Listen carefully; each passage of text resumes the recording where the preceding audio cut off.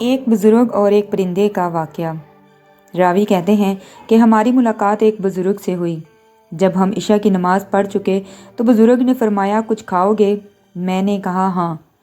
فرمایا غار کے اندر درجہ میں چلے جاؤ اور جو ملے کھا لو۔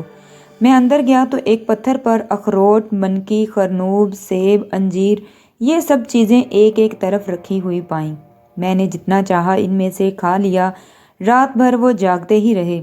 جب سحر کا وقت ہوا تو انہوں نے نماز وتر ادا کی، پھر جو کچھ موجود تھا ان میں سے کھایا اور بیٹھے رہے، یہاں تک کہ صبح فجر کی نماز ادا کی اور بیٹھے ہی بیٹھے سو گئے، حتیٰ کہ آفتاب طلوع ہو کر بقدرے 2 نیزوں کے بلند ہو گیا تو کھڑے ہوئے اور وضو کر کے غار میں داخل ہو گئے۔ میں نے دریافت کیا کہ یہ میوہ کہاں سے آتا ہے؟ اس سے اچھا تو میں نے کبھی نہیں کھایا۔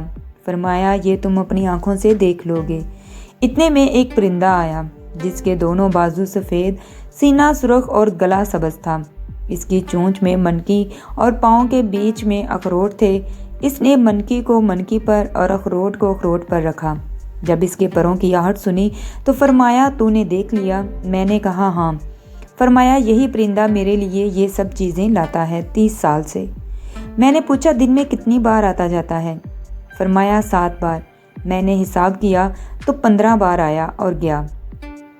میں نے ان سے ذکر کیا تو فرمایا تمہارے واسطے ایک بار زیادہ لاتا ہے۔ ان کا لباس ایک چھال کا تھا جو کیلے کی طرح کا تھا۔ میں نے پوچھا یہ کہاں سے آپ کے پاس آتا ہے؟ فرمایا یہی پرندہ عاشورہ کے روز 10 ٹکڑے اس چھال کے لاتا ہے، میں اس کا کرتا یا پجامہ بنا لیتا ہوں۔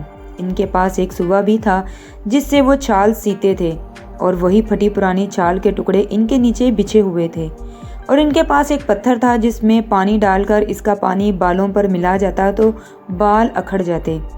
ایک دن میں ان کے پاس بیٹھا ہی تھا کہ 7 آدمی ان کے پاس آئے جن کی آنکھیں لمبائی کی جانب بھری ہوئی تھیں اور سرخ تھیں، اور ان کا لباس ان کے بال ہی تھے۔ مجھ سے فارسی میں فرمایا ان سے نہ گھبراؤ، یہ مسلمان جن ہیں۔ ایک نے سورہ طٰہٰ آپ کو سنائی، دوسرے نے سورہ فرقان اور ایک نے سورہ رحمان کی کچھ آیتیں آپ سے سیکھیں، پھر وہ چلے گئے۔ میں نے انہیں بعض مرتبہ سجدے میں یہ دعا پڑھتے سنا، اللہم امن من علی باقبالی علیک و اصغائی علیک و اسناتی لک و الفہم انک و البصیرۃ فی امرک والنفاذ فی خدمتک و حسن الاداب فی معاملتک، اور اس دعا کو آواز سے پڑھتے تھے۔ میں نے کہا آپ نے یہ دعا کس سے سیکھی؟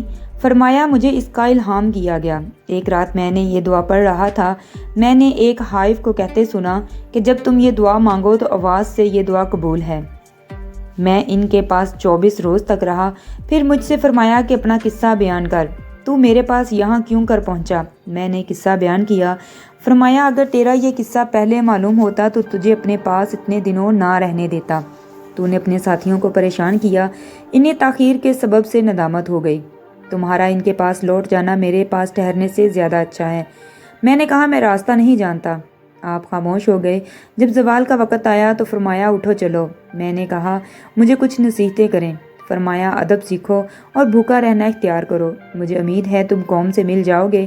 مجھے ایک ہدیہ بھی دیا، اور وہ یہ کہ تم طواف زیارت کے دن زمزم اور مقام ابراہیم کے درمیان ڈھونڈو، ایک شخص ان صفات کو ملے گا، اور ان سے میرا سلام کہنا اور اپنے واسطے دعا کی خواستگاری کرو۔ پھر وہ مجھے لے کر غار سے باہر نکلے۔ دیکھا تو ایک درندہ غار کے دروازے کے باہر کھڑا تھا۔ اس سے آپ نے کچھ کہا جسے نہ میں سمجھ سکا، اور مجھ سے کہا کہ اس کے پیچھے پیچھے چلے جاؤ۔ جب وہ کھڑا ہو جائے اپنے سیدھے بائیں طرف دیکھنا، تمہیں راستہ مل جائے گا۔ وہ درندہ تھوڑی دیر میرے آگے چلا، پھر کھڑا ہو گیا۔ جب میں نے اپنی سیدھی جانب نظر کی تو دمشق کی گھاٹی نظر آئی۔ میں دمشق کی جامع مسجد میں گیا تو بعض ساتھیوں سے ملاقات ہوئی۔ میں نے ان سے قصہ بیان کیا اور ہم سب ان کی تلاش میں نکلے، اور بہت سے آدمی میرے ساتھ ہوئے۔ چنانچہ ہم اسی پہاڑ اور چشمے پر پہنچے اور 3 دن تک اس غار کو ڈھونڈا، مگر اس کا پتہ نہ چلا۔ پھر انہوں نے کہا یہ چیز تم پر ظاہر ہو گئی اور ہم سے پوشیدہ کی گئی ہے۔ میں ہر سال حج کرتا تھا اور اس شخص کو جس کا بزرگ نے پتہ دیا تھا تلاش کرتا تھا، وہ مجھے نہ ملے، حتیٰ کہ 8-10 برس گزر گئے۔ اس کے بعد میں نے اس شخص کو جن کا پتہ اس بزرگ نے دیا تھا زمزم اور مقام ابراہیم کے درمیان بعد عصر کے پایا۔ میں نے انہیں سلام کیا، انہوں نے جواب دیا۔ میں نے عرض کیا کہ آپ میرے لیے دعا فرمائیں۔ انہوں نے میرے واسطے چند دعائیں کی، پھر میں نے کہا ابراہیم کرمانی کو آپ کو سلام کہتے ہیں۔ انہوں نے دریافت کیا تم نے انہیں کہاں دیکھا ہے؟ میں نے کہا کوہ لبنان پر۔ مجھ سے کہا خدا ان پر رحم کرے۔ میں نے کہا کیا ان کی وفات ہو گئی؟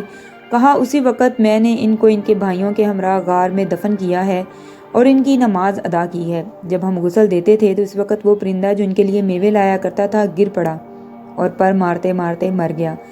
ہم نے اسے بھی ان کے پاؤں کے پاس دفن کر دیا۔ پھر وہ شخص طواف کے واسطے چلے گئے اور اس کے بعد میں نے انہیں نہیں دیکھا۔ بے شک اللہ والوں کی شان بہت ہی نرالی ہے۔